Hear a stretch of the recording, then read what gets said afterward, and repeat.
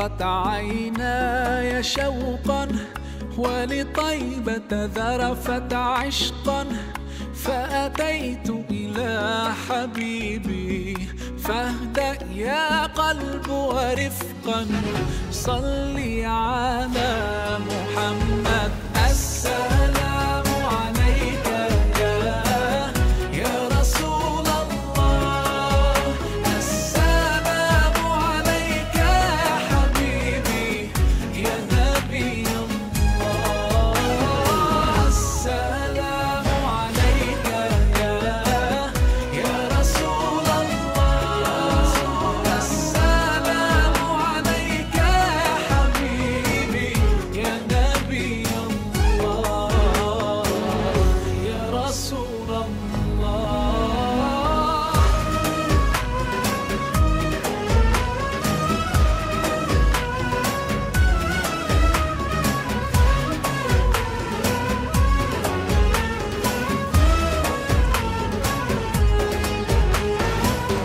قلب Assalamu alaikum. يتعلق Assalamu alaikum. This is Ramadan FM 2017. We are live. Oh, 2018. You're still stuck in last I'm year. still stuck in last year. Ramadan FM 2018. I am your host, Mahmood.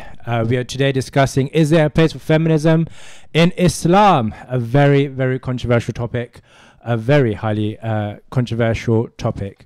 And with me to discuss this is Mr. Usman Yassin Assalamu alaikum. and Mr. Ayman Iftikhar.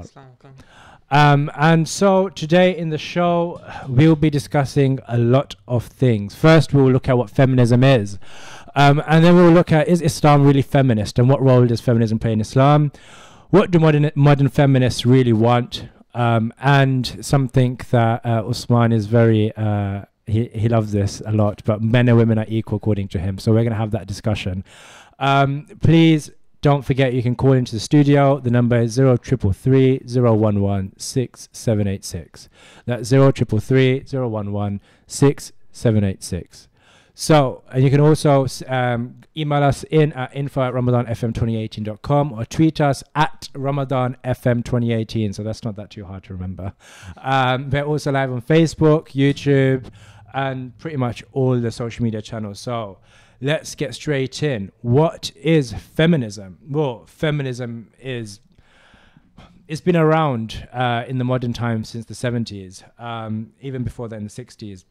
It began as a political movement. It has a large ideology attached to it, and it has a lot of impact on social movements. And there's been lots of feminist social movements throughout the 60s and 70s. I don't know if many people can remember them, but they were quite significant. And its main achievement is to define, establish, and achieve political, economic, personal, and social equality of the sexes. But my question is it gone too far? And so in order to help me answer this, I have Usman Yassin and Ayman Iftikhar. So let's begin. Usman, feminism and Islam. Well, if we start from the very beginning, so if you go to pre-Arabia, if you go to pre-Arabia before the time of the Prophet ﷺ, so what they used to do is that they would have, so if there was a female in the family, they would have either buried them alive or done much worse. And some part of Arabia, they are still doing that, unfortunately. But the Prophet ﷺ came as a rahmah to all mankind, in women as well, and he put that to an end. So the Prophet ﷺ forbidden it categorically Islamically, and then he also told us that if a guy I'm not sure of the exact wording of the hadith, but there's a hadith where the Prophet ﷺ states that if a man raises a woman, he will be guaranteed heaven. So the women in Islam, they do have a high place. So I mean, that's all well and good, but the issue is that, I mean, let's just name some issues. We have the guardianship system prevalent within the Muslim countries, where women don't have their right. They have to ask a wali to simply go out, to go and study, to go to school, to go to colleges. If you look at the educational rate that women have within the Muslim countries, it's abysmal compared to men. And that's prevalent. And unfortunately, what the case is that it's men who are saying that women shouldn't be going out and studying. Now, the reasons we can go into later on, but the reality is that they used Islam as the reason for that. Forced marriages are prevalent in Muslim lands, that women don't have their own free will and autonomy to actually speak out and actually marry who they want. And a lot of honor killings happen in Pakistan and Afghanistan, India, across the world. And we hear of this more and more in the media. I mean, women have to wear scarves, men don't. And in this country, there's been studies done that Pakistani Muslim women immigrants are housewives, and they've been in this country for 50 years and don't know how to speak any English. So it's women in Islam are in the private sphere and not the public sphere. And they have no role within Islam, in Islamic public life. So where do you see women in the mosque? I mean, how do we answer that?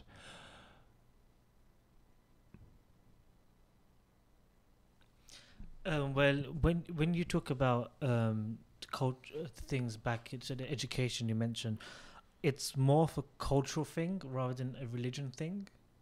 So like the education thing in Pakistan, so you can look at Malala, for instance. So she was shot by Taliban because she was going to school, she was going to get educated. It wasn't an Islamic thing, it was just a typical Pakistani village thing, with all due respect. So it's not an Islamic thing, it's a cultural thing, and it exists in every culture. So if you go to the Middle East, you have female gender mutilation, you have education, you have no education in certain parts of the Middle East, or even in Pakistan, for instance. So it's more of a culture thing rather than a religion thing. But then how do you take away the culture from religion? Because surely Islam is the national religion of those countries, and therefore whatever happens is based under the Islamic under Islam. Well, yes, but culture does have a big influence within those people, so they are very cultural.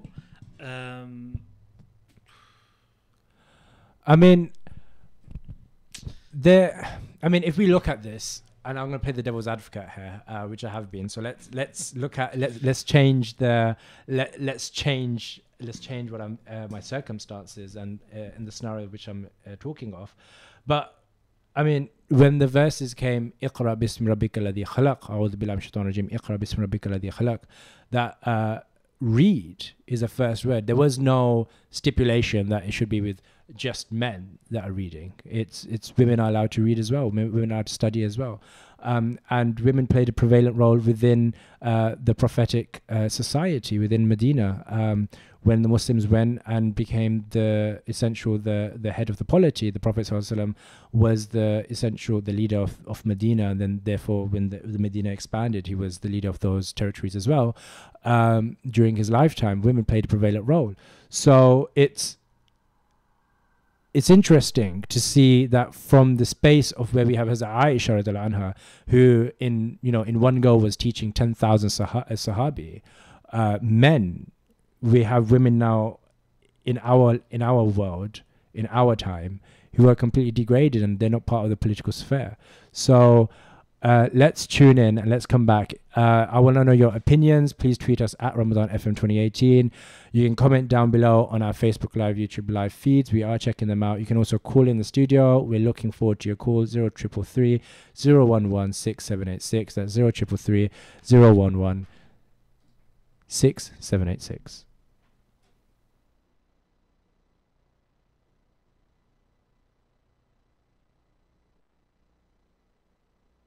على حبيبك خير الخلق كلهم مولاي صل وسلم دائما أبدا على حبيبك خير الخلق كلهم يا رب صل عليه يا رب صل عليه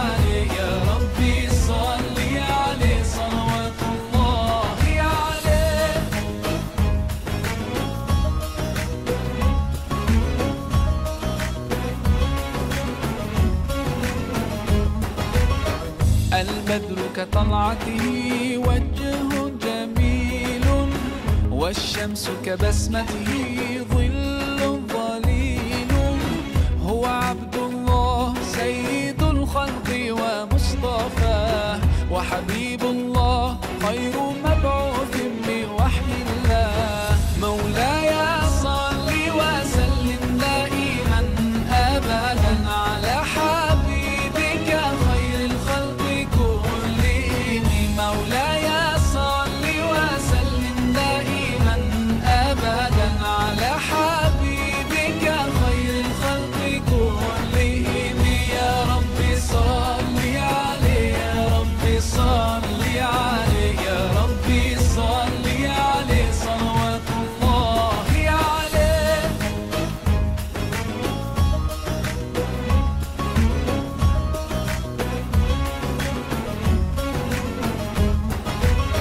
هو خير عباد الله خير البرايا، حي فينا بهداه حلو الوصايا.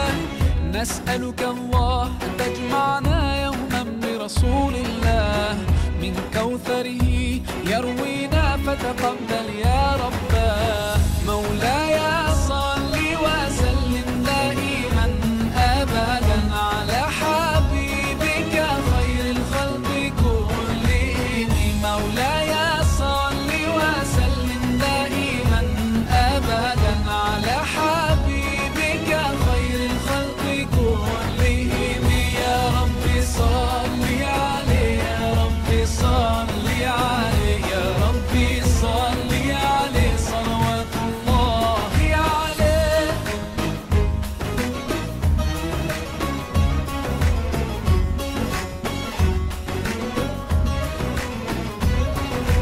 طاهر القلب نقي ذاكر لله، المصطفى الصفي صلى عليه الله. أخلاقه وصفاته سبحان من سواه، هو قدوتي وحبيبي ودعوة النجاة. يا رسول الله يا حبيب الله، فاكتب لنا نلقاه ندعوك يا رباه. مولاي صل وسلم دائما أبدا على حبيبك خير الخلق كلهم. مولاي صل وسلم دائما أبدا على حبيبك خير الخلق كلهم. يا رب صل عليه، يا رب صل عليه، يا رب صل عليه صلوات الله عليه. مولاي صل وسلم دائما أبدا على حبيبك خير الخلق كلهم. مولاي صل وسلم دائما أبدا على حبيبك خير الخلق كلهم. يا رب صل عليه، يا رب صل عليه، يا رب صل عليه صلوات الله عليه.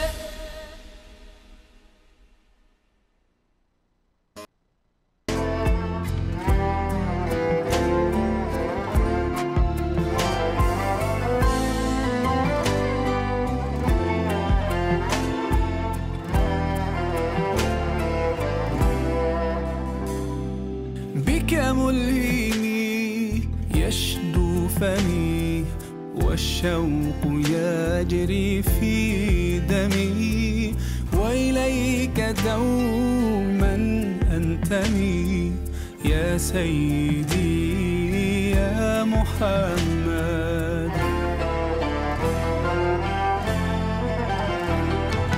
قلبي المتيم كلما صلى عليك وسلم، ذاق السعادة مغرما يا سيدي يا محمد. قلبي المتيم كلما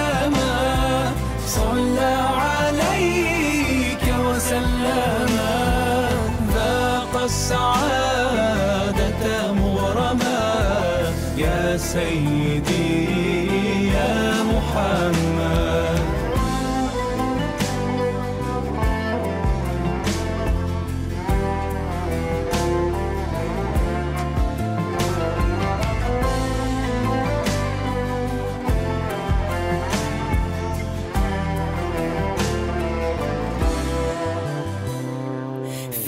مهجتي عشق دفين وبدمعتي زاد الحنين بك أهتدي في كل حين يا سيدي يا محمد. قلبي المتيم كلما صلى وسلم ذاق السعادة مغرما يا سيدي يا محمد. قلبي المتيم كلما صلى عليك وسلم. Assalamu alaikum, welcome back. This is Dawood Mahmood, and today we're discussing feminism in Islam. So we had a quite interesting discussion before the break. So I just want to kind of, I guess, come to some sort of conclusion on this topic. So what role do women play in Islam? One of the greatest achievements Islam has is the role that women have had within Islam. So the first commander-in-chief of a army, of the armed forces, was actually a Muslim woman, Hazrat Aisha radiallahu anha. She was the first commander. She was in charge of an entire army. In history, she's the first woman to ever have done this. Through Hazrat Aisha, we also learnt pretty much the entire private life of the Prophet ﷺ, because she's one of the three main narrators one of the three main narrators who narrated the most amount of ahadith. So we have great things to, my issue with feminism and Islam and feminists in general, or Muslim feminists who say that there is no place in Islam for feminism, there's no place for in the public sphere for women. But that's completely untrue, because Islam actually has allowed, and not only allowed but promoted, women to be in the public sphere. So we can see example in the time of Hazrat Umar radiallahu anhu.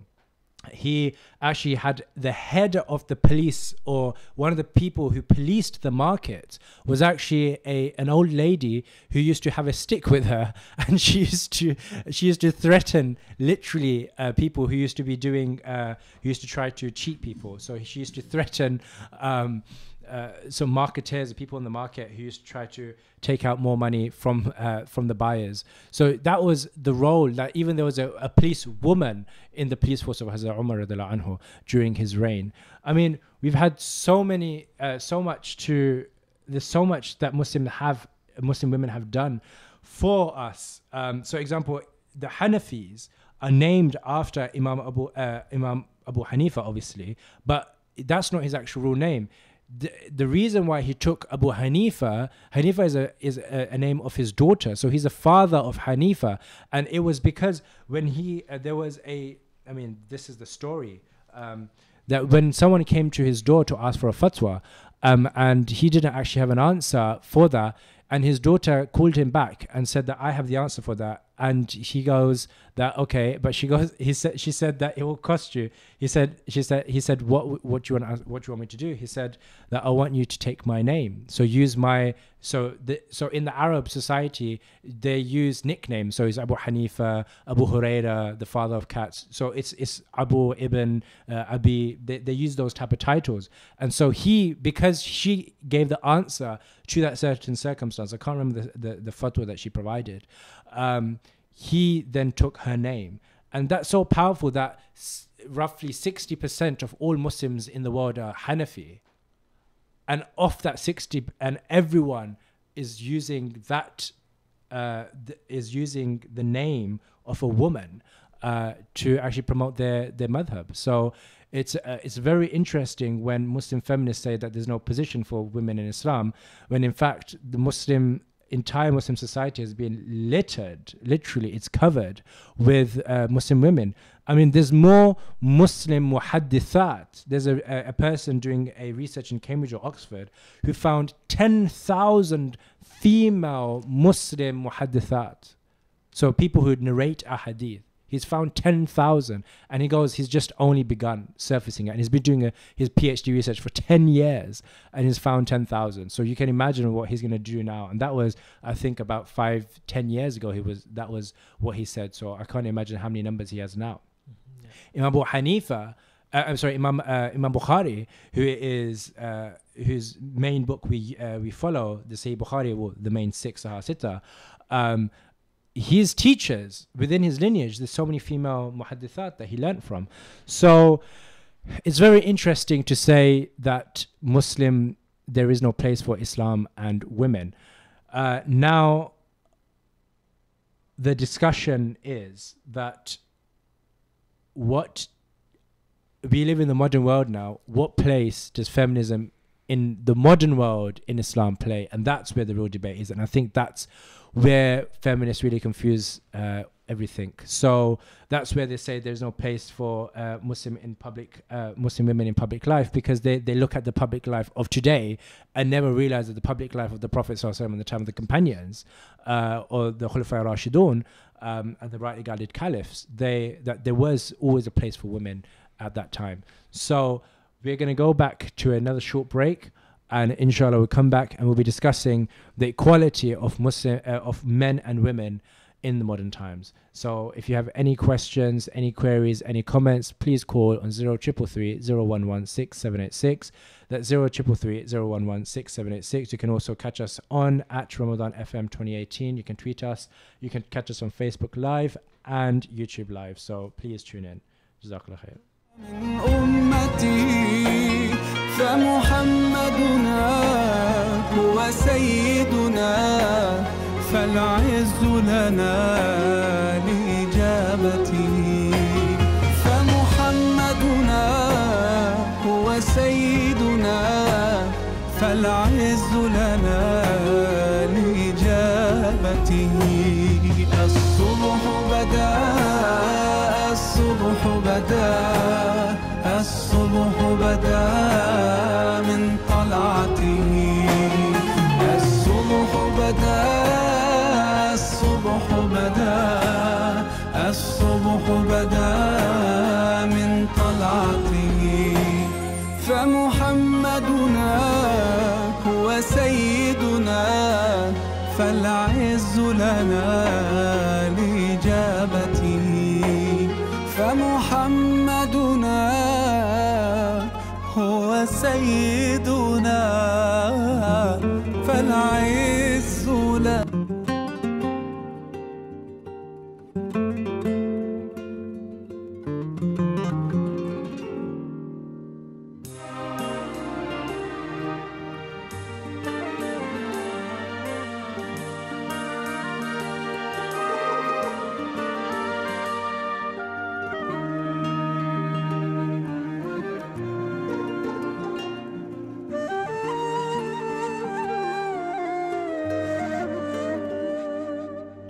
अल्लाह ही अल्लाह किया करो दुख न किसी को दिया करो जो दुनिया का मालिक है नाम उसी का लिया करो अल्लाह ही अल्लाह अल्लाह ही अल्लाह अल्लाह ही अल्लाह किया करो दुख न किसी को दिया करो जो दुनिया का मालिक है नाम उसी का लिया करो अल्लाह ही अल्लाह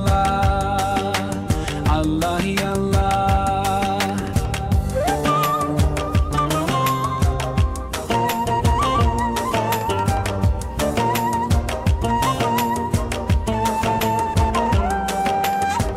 just like a sunrise can't be denied no just like the river will find the sea oh Allah you're here you're always hear my prayer सच की राह पे चला करो दुख न किसी को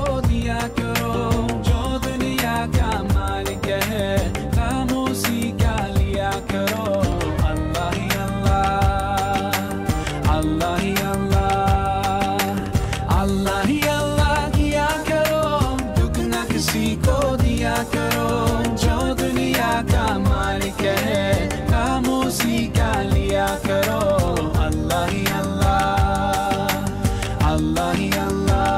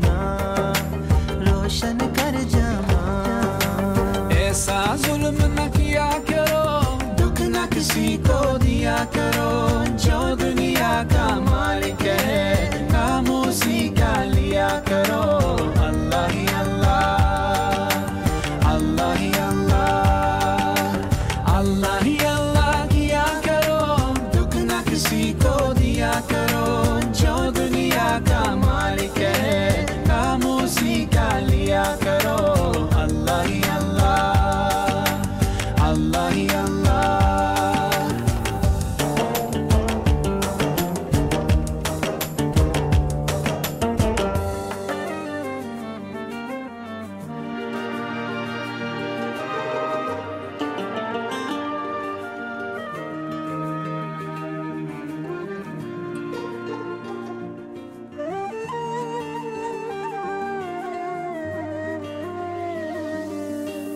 अल्लाह ही अल्लाह किया करो दुख न किसी को दिया करो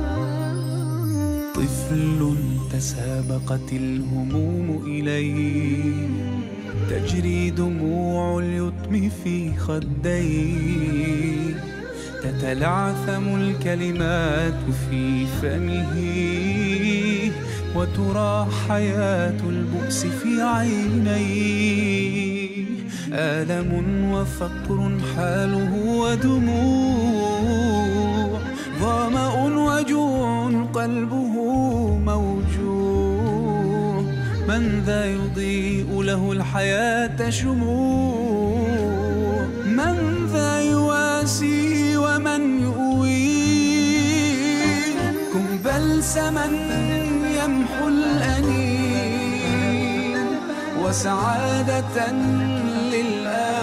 للآخرين ذا رحمة وفضيلة كالماس كالدر الثمين كن في حياتك غيمة تروي الحنايا والحنين ما أجمل الدنيا إذا عشنا بها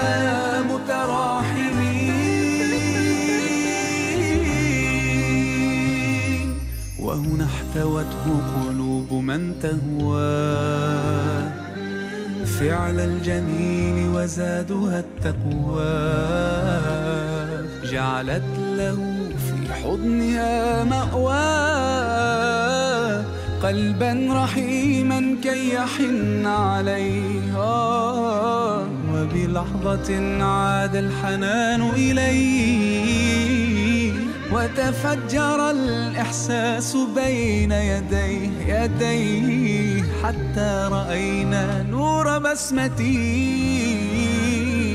متلألئا يبدو على شفتيه كن بلسما يمحو الأنين وسعادة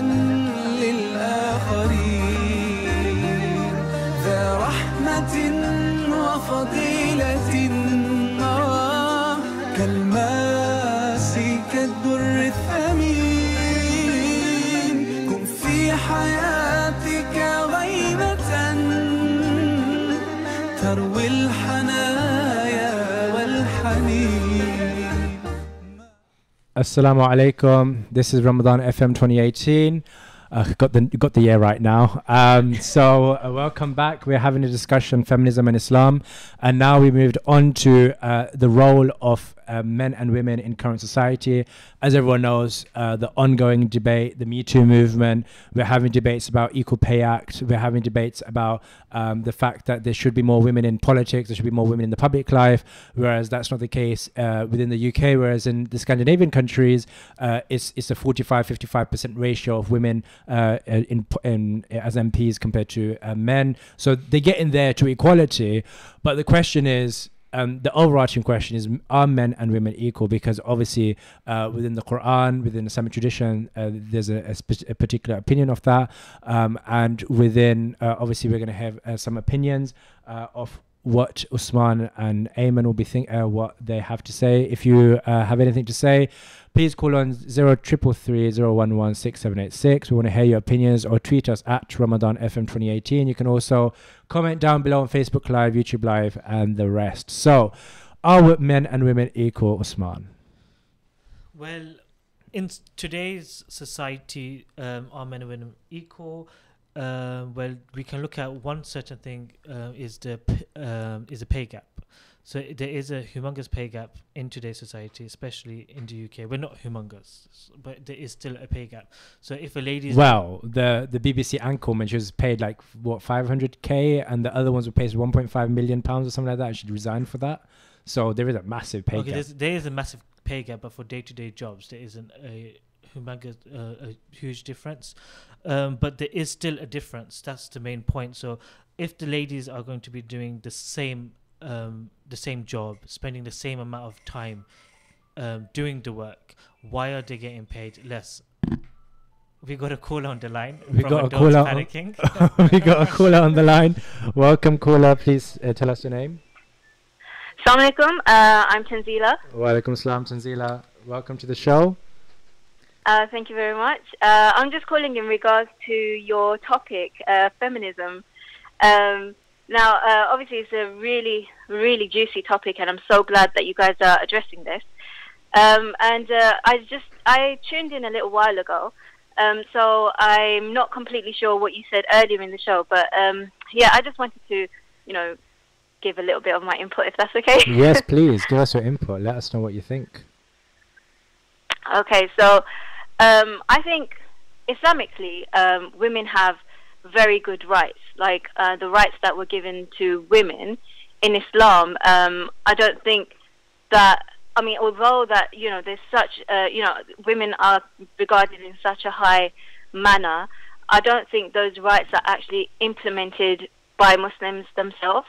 So, for example, I think there's a big difference between the cultural aspect of the sub-Indian continent, and not even sub-Indian continent. I think every single place in the world, including the country we're living in, has this kind of patriarchal system historically as well in this country as well, because obviously women didn't get the right to vote until about 1918 anyway. However, and I think obviously there's still a big difference in, for example, gender pay in this country at the moment. Issues like that, they're still existent. So I think although Islam has given us many rights as women, the governments of of countries, they don't actually fulfill those rights, even the Islamic countries. Yeah, I agree with you, brother Usman. Ayman, anything to say on that? No, I agree with you. Well, I do have a question. It's a bit off topic, but for what you're talking about. But you're a young lady, I'm presuming, who's working in today's day and age. Now, in a working environment, do you see that there is a difference that they brought the ladies a bit down? So, what do you do as a profession? So I'm a teacher. Okay. Yeah. I think it's true. It's very much true in the working world, because, you know, for example, if you look at head teachers in schools, they're predominantly middle class, white, you know, male. So I think you know, there is this sense of male dominancy even in the education sector, but I think there's a lot more awareness now, and there's a lot more women rising up and, you know, trying to reclaim their rights. But obviously, there's still quite a while to go. But do you think that it's women not being suitable for the jobs, or is it that men are just pushing women down? Because there's a difference, isn't it? Because if a man is there at the job and a woman's there at the job, but the man has better experience, then obviously he'll get the job. Surely that should be the case, not because we're saying that, oh, because there's women, we need to push women into the positions, let's get women in, but she may not be the best position because you need to tick off some boxes, some government boxes. Yes, of course, but yeah, I completely agree with you. Whoever, that should actually be the case. Whoever is most qualified for the role should get the job. However, most primary teachers are actually female. I mean, I'm a secondary school teacher, but in terms of primary schools, generally the majority of primary school teachers, there's a higher ratio of women to men. So why is it that men are still getting the, you know, head teachers roles? You know, there should be a higher probability of women being greater qualified for these head teacher positions. Wow. So I think that there is like I think there is, you know, I think we're improving. Yeah. Well, I mean, on what you've just said, I mean, it's going to be very controversial. This is not necessarily my opinion. But don't you think that people in those positions, in head positions, as head teachers, prime ministers, people in position of power, CEOs of FTSE 500 companies, you know, the big companies, head teachers, part of big organizations, don't you think that they need to be a bit more forceful?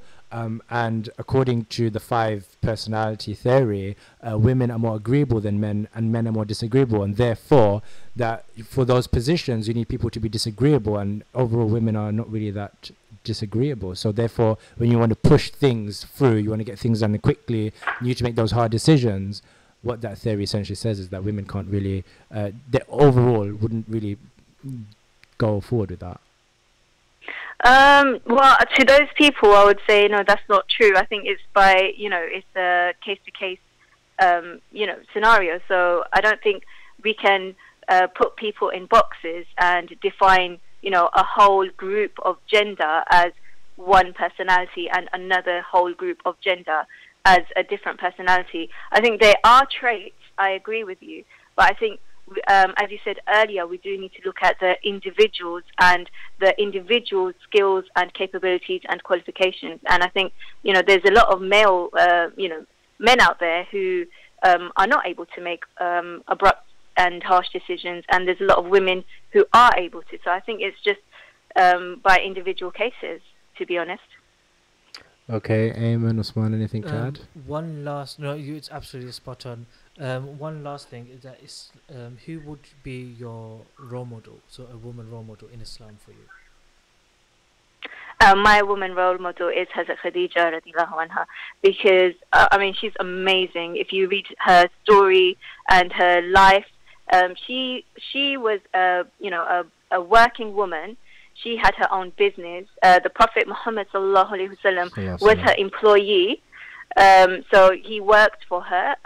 These days, in even Western culture, women are just about finding the courage to propose to a man in marriage. Hazrat Khadija, 1400 years ago, was the one who proposed to the Prophet sallallahu alaihi wasallam. She was so powerful. There were, lines of queues of men proposing to her, yet she went for someone who was noble and who was, who was honest, who was hardworking. The Prophet ﷺ, when he received the proposal, he was like, I don't have, a dime to my name. What could I possibly offer her? She's got so many proposals. Why would she want to marry me? And that was the Prophet Muhammad ﷺ. So, she was such a powerful woman, and she was, she's just such a inspiring role model in Islam. She's definitely my role model. And in modern times, do you think that we have any women out there in the public sphere like that? I within think Islam, Muslim women. I think people do aspire to be like the great women in Islam historically. I'm sure there's many out there. I can't think of any from the top of my head, but I'm sure there's many out there. But isn't the argument that there aren't really as many? So you'd hear about the scholars, you'd hear about big shuyukh, Sheikh Hamza, Sheikh Abdul Hakim Murad, so many big scholars. And they're great scholars. I mean, those guys are feminists in its truest sense. But we don't hear that many about women scholars. We don't hear about. So what's preventing women from entering those roles? I think that's where the equality comes, isn't it? Why do we have so many Muslim men scholars, and why don't we have enough Muslim women scholars? There must be some issue there. And does that issue lie within Islam? That's exactly. Yeah, I think the issue doesn't lie within Islam. It lies within the Muslims.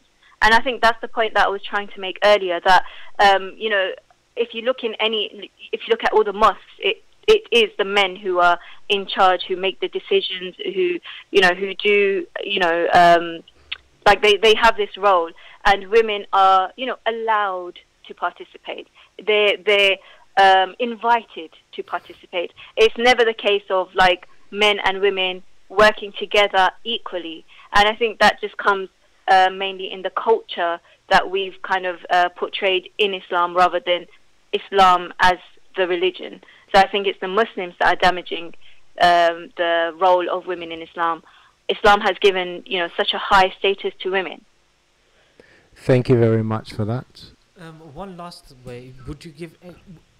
Is there a suggestion that you could possibly give if that how can we get culture out of Islam? I think firstly, what you guys are doing is great, because as men, talking about this issue is such a great thing, because this is something that everybody should be discussing. It's not a women issue; it's a everybody issue. There shouldn't be, they're men, so why are they discussing this issue? That should be completely thrown out of the window. These sort of mentalities are the ones that's not getting us women across, because if we're saying that the world is predominantly male oriented, if the men don't talk about these issues, how is this issue going to arise? How are these issues going to spread and be known? So we need everybody to be discussing these issues, and everybody to take it upon themselves to spread these these important issues of women in Islam, the role of women in Islam, and trying to get men and women together to work and establish the rights that we were actually given by Islam. Brilliant. Thank you very much. That was absolutely phenomenal. Thank you very much, Tanzila. Thank you. No problem. Anytime. Thank you. Thank you. Assalamu alaikum. Wa alaikum assalam. So we look at, I mean, she made a valid point, that it's the Muslims and not Islam really that actually is preventing Muslim women from rising in positions of power, or in higher positions than men are, and so that, I mean, the mosques need to open the doors. I think essentially that's what she's trying to say. So I mean, I can see Ayman nodding. There are many Islamic organizations that doors are already open, and when you spoke about women scholars, so there are many women scholars out there. So we even in the past as well, so we had great scholars. So first we had Sayyidina Khadija. She wasn't a scholar, but she was a phenomenal lady. You look at her history, it was absolutely amazing. What Sister Tanzila touched on that. Then we go down, we look at Rabia Basri, another amazing lady in Islamic history. And in today's day and age, there are so many, but the ones what stands out to me in today's day and age is Dr. Ghazala. So she's not just a mother. She recently completed her PhD, which is telling the women their right on khula, so the Islamic way of divorce. So she's educating the women, and this is what society needs, especially the Pakistani society. So she delivered a PhD explaining the rights of those women. Now she is tackling it on not just an Islamic basis, but also on a cultural basis, and I think that's just amazing. Brilliant. We'll catch up there. If anyone wants to, we're going to the last break. So if anyone wants to come in, tune in, have a chat with us, give us your comments, queries, you can call us on 0333011676 or 0333011676. You can also tweet us at Ramadan FM 2018. Don't forget to like us on Facebook, Twitter. You can see us and comment on the Facebook Live, YouTube Live. So we'll come back after the break.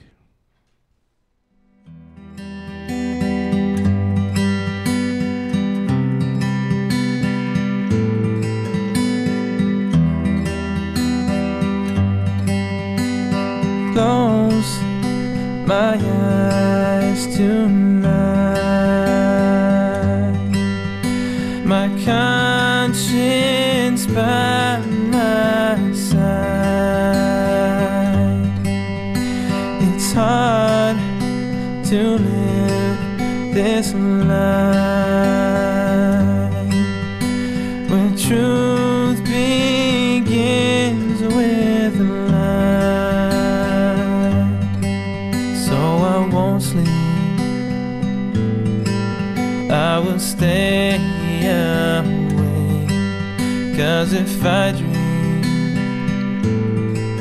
then they'll take their claim. Oh, try to find, to stay awake tonight. Palestine, Palestine, Palestine, always on my mind.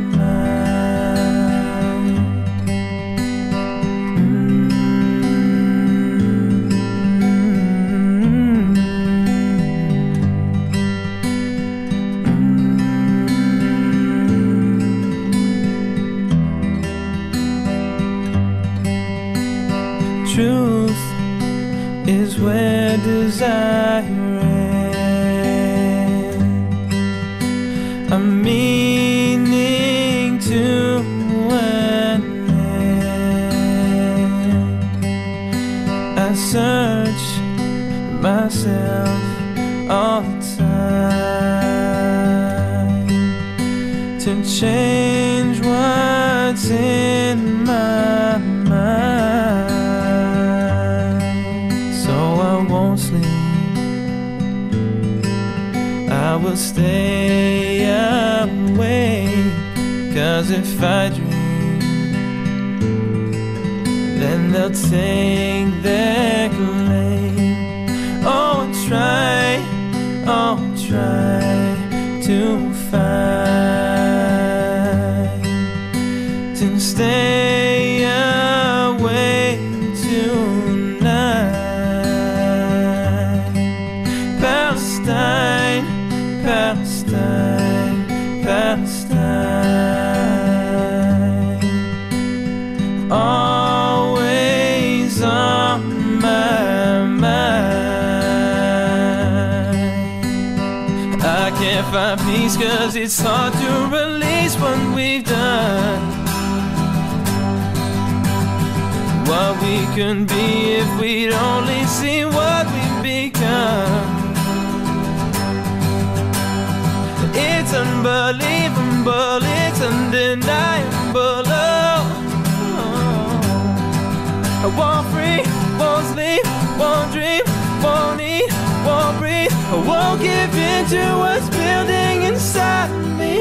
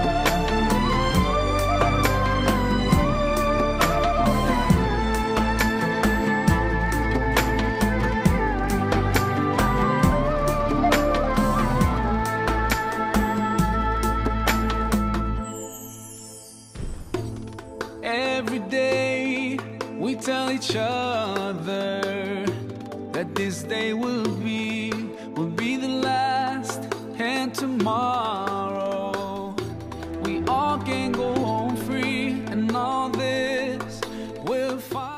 Welcome back to Ramadan FM 2018. We're having discussion feminism and Islam. I'm your host, Dawood Mahmood. We're sitting with Usman, Yasin, in Ayman and Sorry. So we've had a really interesting debate in the last hour. We're coming to the close, unfortunately. We only have 8 minutes left, and we're going to try to really punch in at the topic. I mean, something that the sister Tanzila, the caller she called earlier, really touched on was that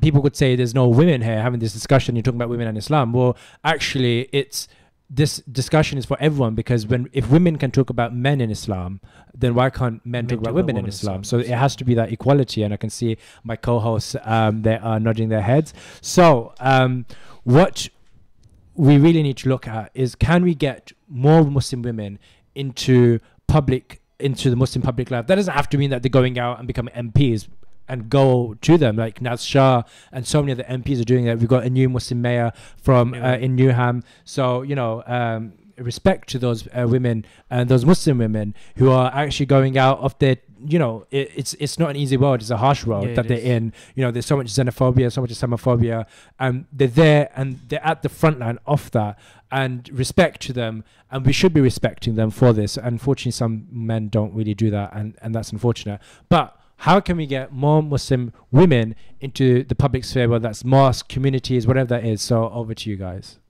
I think what you need to do is people like Naz Shah, you need to put them onto a pedestal and teach women about these role models that are doing such a good job, and they should look up to them and they should aspire to be just like them, so they go through the same process and they're at the same positions, and that way you're giving young girls the opportunity to aspire to something greater, whereas you don't see it happening these days. Brilliant. That's actually very practical. Yeah, absolutely. That's very practical. Is, yeah. So,